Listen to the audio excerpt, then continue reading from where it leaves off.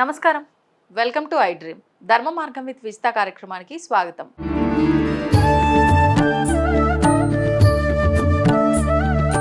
నమస్కారం అమ్మా. నమస్తే అమ్మ, ఈ మధ్యకాలంలో అడిగినా తప్పే, అడగకపోయినా తప్పే ఇలాంటి ప్రశ్నలు. అంటే చాలామందిలో ఒక సందేహం ఉంది.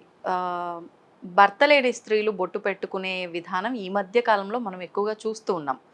వాస్తవానికి కొంతమంది అయితే భర్త ఉన్నప్పుడు పెట్టుకునే సైజ్ కన్నా కూడా భర్త వెళ్ళిపోయినాక పెట్టుకునే ఆ టిక్లీ సైజే ఇంకా పెద్దగా ఉంటుంది. ఈమెకి సోకులు ఎక్కువైపోయినాయి అంటే నేను అంటున్నాను, తప్పు కాదు. ఇలాంటి మాటలు మనం ప్రస్తుతం వింటున్నాము. అంటే భర్త వెళ్ళిపోతే బొట్టు తీసేయాలా? ఏం భర్తతో బొట్టు రాలేదు కదా, మంగళసూత్రాలు మెట్టలు మాత్రమే ఆయనతో వచ్చాయి, ఏమైంది మేము బొట్టు పెట్టుకుంటే, నేను పుట్టిన నుంచి నేను బొట్టు పెట్టుకుంటున్నా అని మాట్లాడే వాళ్ళ వర్షన్ వింటే కరెక్టే అనిపిస్తుంది. కొంతమంది చెప్పే విధానం ఏంటి అంటే, భర్త లేడు కాబట్టి నీకు ఈ అలంకరణలు ఇవన్నీ ఆయనతోటే వెళ్ళిపోయాయి అనే భావన మనకు పూర్వ రోజుల నుంచి వస్తుంది కాబట్టి అది ఆచరించడం మన పద్ధతి, అది ధర్మము అని చెప్తారు. ఇలా విన్నప్పుడు ఇది కరెక్టే అనిపిస్తుంది. అసలు మీ అభిప్రాయం ప్రకారం ఏది వాస్తవం అంటారు? అంటే కాంట్రవర్సీ దాంట్లో నన్ను ఇరికిద్దామని చూస్తున్నావు కాదమ్మా, చాలా మంది. ఎందుకంటే ఎవరి నమ్మకాలు వాళ్ళవి, ఎవరి విశ్వాసాలు వాళ్ళవి, ఎవరి పద్ధతులు వాళ్ళవి. నేను ఎవరినైనా ఈ పద్ధతిలో వాళ్ళు అనుకుంటే అది కరెక్టే అంటారు, వీళ్ళు ఈ పద్ధతిలో అంటే వీళ్ళను కరెక్టే అంటారు. ఎందుకంటే ఎవరి నమ్మకాలు ఎలా ఉంటాయో ఆ నమ్మకాల ద్వారానే వాళ్ళు జీవించాలనుకుంటారు. మనం ఆ పద్ధతి కాదమ్మా ఇది అని అంటే నచ్చదు వాళ్ళకి, నిజంగా నచ్చదు. ఏమ్మా, ఇప్పుడు ఎప్పటికాలం మాట్లాడుతున్నావు బొట్టు పెట్టుకోలేదని, మొగుడు ఉంటేనే పుస్తలు తాడేసుకోవట్లేదు ఆఫీస్కి, మొగుడు ఉంటేనే బొట్టు పెట్టుకోకుండా ఆఫీస్కి వెళ్ళిపోతున్నారు, మెట్టెలు పెట్టుకోవటం లేదు. అలాంటి దగ్గరికి అలాంటి జనరేషన్లో ఉన్న ఈ రోజుల్లో బొట్టు పెట్టుకుంటే ఎట్లనా, బొట్టు పెట్టుకోకుంటే ఇట్లనా, ఎంత చిన్న టాపిక్ ఇది. చాలా చిన్న టాపిక్, చాలా చిన్న టాపిక్. ఎందుకంటే మొగుడు ఉన్ననే పెట్టుకోవట్లేదు, పోతే అవునా లేదా? కాబట్టి ఇప్పుడున్న వాస్తవిక జీవన విధానం ఎలాగుంది, ఆంతర రహస్యాలు ఏమున్నాయి, రెండు గనక మనం తెలుసుకుంటే మన ఆలోచన విధానంలో మార్పు కలుగుతుంది. మనం ఒక మాట ఒకళ్ళని అన్నాము అని అంటే వాళ్ళ మనసు నొచ్చుకోకుండా ఉండగలగాలి. వాళ్ళ నమ్మకాలు ఏమున్నాయో మనం అర్థం చేసుకోగలిగేటట్టుగా ఉండాలి. ప్రతిదాన్ని మనం విమర్శించాలంటే ప్రతిదీ విమర్శించవచ్చు అంతే, ఏనా? ప్రతి దాంట్లో ఒక మంచిని కూడా చూడగలిగే అభిప్రాయాన్ని మన జీవితంలో మనం ఏర్పరచుకున్నామనుకో, ప్రతి దాంట్లో మంచి కనిపిస్తుంది. అంటే చూసే దృష్టిలో ఉంటుందే తప్ప ద్రష్టలో ఉండదు. కాబట్టి నాన్న, ఎప్పుడు కానీ ఎవ్వరు ఎలా ఉన్నా కూడా వాళ్ళల్లో మంచిని చూడడం నేర్చుకోమని నేను ఫస్ట్ చెప్పే మాట ఇది. నా దృష్టి అలా ఉంటుంది నాన్న. నాకు అసలు క్రిటిసిజం చేయడం అనేదే నాకు తెలియదు. ఎవరన్నా నన్ను క్రిటిసిజం చేసినా అయ్యో వీళ్ళ లెవెల్ ఇంతేనా అనుకొని వెళ్ళిపోతానే తప్ప నేను దాన్ని విమర్శిస్తూ కూర్చోను. అదే వాళ్ళు అన్నారని నేను బాధపడుతూ కూర్చోను. నా అనుభవం ద్వారా నేను చెప్తున్నాను. ఎందుకంటే విశ్వం నిరంతరం మనతో ఉంది. మనం ఏ లెవెల్లో ఉన్నామో తెలిస్తే ఆ లెవెల్ అట్రాక్షన్నే మనము రిసీవ్ చేసుకోగలుగుతాం. ఎప్పుడూ మనుషులని విమర్శిస్తూ పోతే, విమర్శించే మనుషులే మన జీవితంలో ఎంటర్ అయినప్పుడు, మనం అనుకున్న కోరికలు నెరవేరినప్పుడు ఆ బొట్టు పెట్టుకుంటే నీకెందుకు, పెట్టుకోకుంటే నీకెందుకు, ఇంకో మాట అనుకుందావా? కానీ ఇక్కడ పసుపు అంటే ఏంటి, కుంకుమ అంటే ఏంటి, ముత్తైదు అంటే ఏంటో విషయం తెలుసుకోవాలి విశ్వ నియమాలను అనుసరించి. విశ్వంలో కుంకుమ అనేది స్త్రీ, పసుపు అనేది పురుషుడు. ఆమె కుంకుమ పెట్టుకుంది, స్త్రీ శక్తిని యాక్టివేషన్ చేసుకుంది. అందులో తప్పేముంది? పుస్తెలు ఉంటే కదా పసుపు పెట్టేది, పుస్తెలు లేవు ఆమెకి, భర్త లేడు, అందులో తప్పేముంది? తప్పు లేదు. ఎందుకు అలా చేశారు అని అంటే, ఆమె అద్దము చూసి బొట్టు పెట్టుకొని అందమైన జడ వేసుకున్నప్పుడు ప్రతి స్త్రీ కోరుకునేది పురుషుణ్ణి ఆకర్షించాలని. ఎందుకంటే మైనస్ ఎప్పుడు ప్లస్ను ఆకర్షిస్తుంది, ప్లస్ ఎప్పుడు స్త్రీలు ఎలా ఉన్నారా అని చూసే దృష్టి ఒకటి విశ్వంలోనే ఉంది.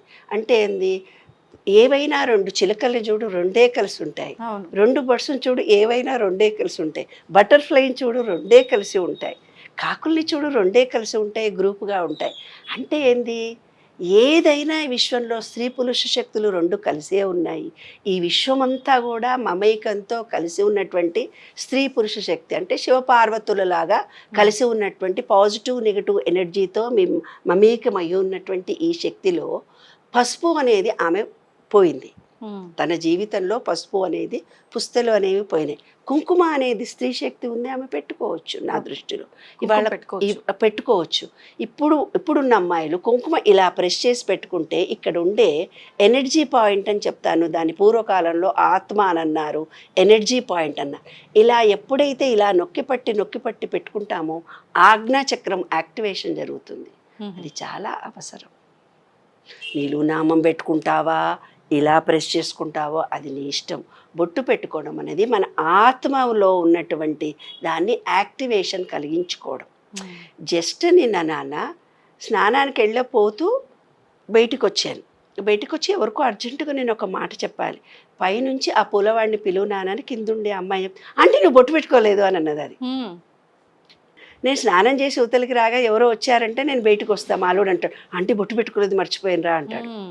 అంటే మనను ఒక రూపంలో చూసినటువంటి వ్యక్తులు ఇలా కాకుండా వేరే తీరు చూస్తే వాళ్ళు ఎక్సెప్ట్ చేయలేకపోతున్నారు. అది మనం అప్రిషియేట్ చేయాలి కదా నాన్న. కాబట్టి భర్తతో సంబంధం లేదు కుంకుమ అనేది. కుంకుమ అనేది స్త్రీ, పసుపు అనేది పురుష శక్తి. స్త్రీ శక్తి పురుష శక్తి రెండు జాయింట్గా ఉండేటందుకు కుంకుమను ఇక్కడ పెట్టి ఇమీడియట్గా పసుపును పుస్తలకు రాస్తారు, కాళ్ళకు రాస్తారు, గంధాన్ని మనం గొంతుకు రాస్తారు, అక్షింతలు వేసి ఆశీస్సులు ఇమ్మంటారు. అంటే ఆత్మ ఆత్మ ఆత్మ అక్షింతలకు పాజిటివ్ ఎనర్జీ ఉంటుంది. మీరు ఎవరినన్నా ఆశీర్వదించినప్పుడు అక్షింతలు వేస్తే మీరు ఏమనుకుంటే ఆ కోరిక తీరుతుంది. అందుకే అక్షింతలు వేస్తారు. ఇవి ఆంతర రహస్యాలు. కాబట్టి బొట్టు పెట్టుకోవచ్చు, పెట్టుకోకూడదు, అది నీ కన్వీనియన్స్, వాళ్ళ ఇష్టాన్ని బట్టి, వాళ్ళ కన్వీనియన్స్, వాళ్ళ పరిస్థితి. దోషం అనేది ఏమి ఉండదమ్మా. అసలు లేదే. స్త్రీ అంటేనే కుంకుమ, ఓకే. పసుపు అనేది పురుష శక్తి.